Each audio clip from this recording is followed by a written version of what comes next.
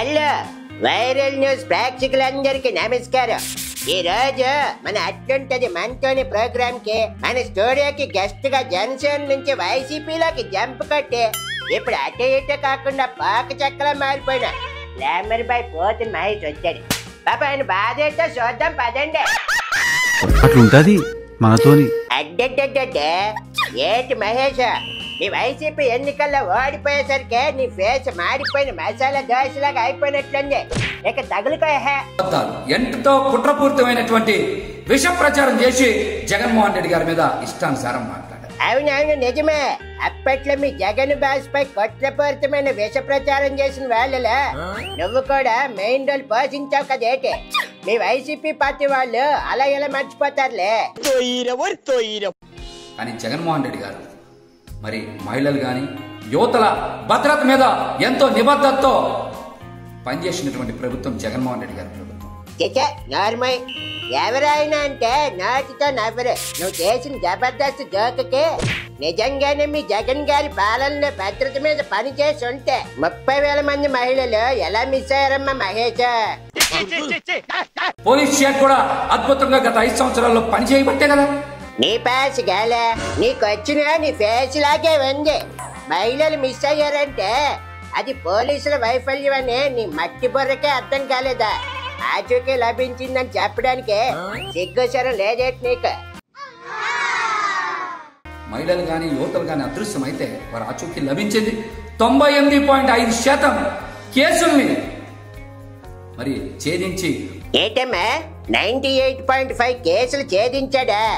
మరి సొంత బాబాయ్ కేసు ఎందుకు ఛేదించలేకపోయాడు మీ వీరుడే?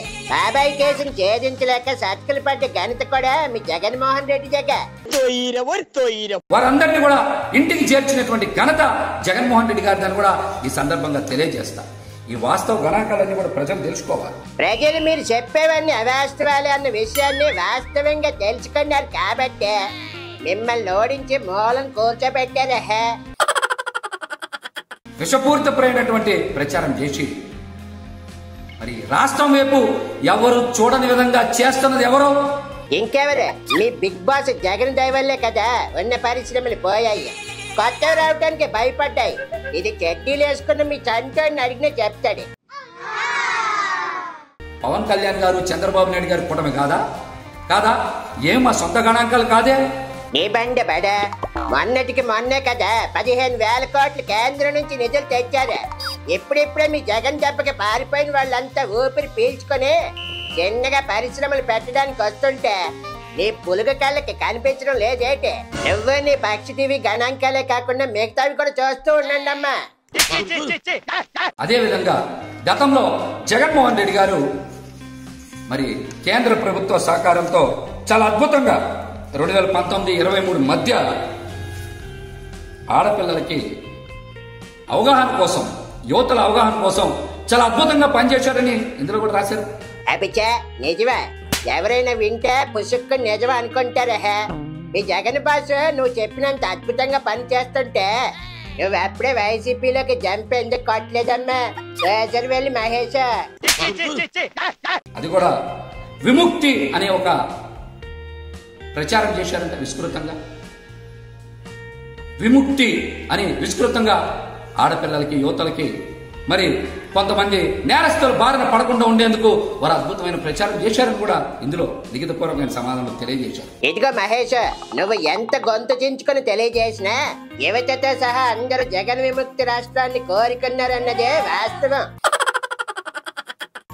జగన్మోహన్ రెడ్డి గారి నేతృత్వంలో పోలీస్ శాఖ చాలా అద్భుతంగా పనిచేసింది. అవునా? మరి మీ రేపల్లి రైల్వే స్టేషన్ లో రేపు జరిగినప్పుడు జనాల మీద అన్యాయంగా అక్రమ కేసులు పెట్టినప్పుడు రౌడీజం పోయినప్పుడు ఏ బక్కలో దాక్కున్నా అదేనా అద్భుతంగా పనిచేయడం అంటే? కానీ విష ప్రచారం, కుట్రపూరితమైన ప్రచారం చేసింది కూటమి నాయకులైన వాస్తవాన్ని ఈరోజు రాష్ట్రంలో ఉండేటువంటి ప్రజలతో పాటు మహిళలు, యువతలు కూడా తెలుసుకోవాలి. అబ్బా చెప్పిందే చెప్పే చర్చల భజన చేస్తున్నా. ఈ 5 ఏళ్ళు నువ్వెంత చేసినా నీకు గొంతు నొప్పి తప్ప నీ జగనన్న పోస్టులేవి ఎవ్వడిగాకెవ్వడు. ఇంక సర్దుకోమ్మా. అట్లుంటది మనతోని. అది గదా అట్లుంటది మనతోని. నేను కూడా వైసీపీ పార్టీలోనే ఉన్నానండి. నన్ను గుర్తించండి ప్లీజ్ మహాప్రభ. అని వాళ్ళ జగన్ బాసు దగ్గర మార్కులు ఎంచుకోవడానికే ఇట్ట కింద మీద పడతాడు పాపం. సరే మరి ఇంకొక గెస్ట్ తో మళ్ళీ కలుద్దాం. Bye bye.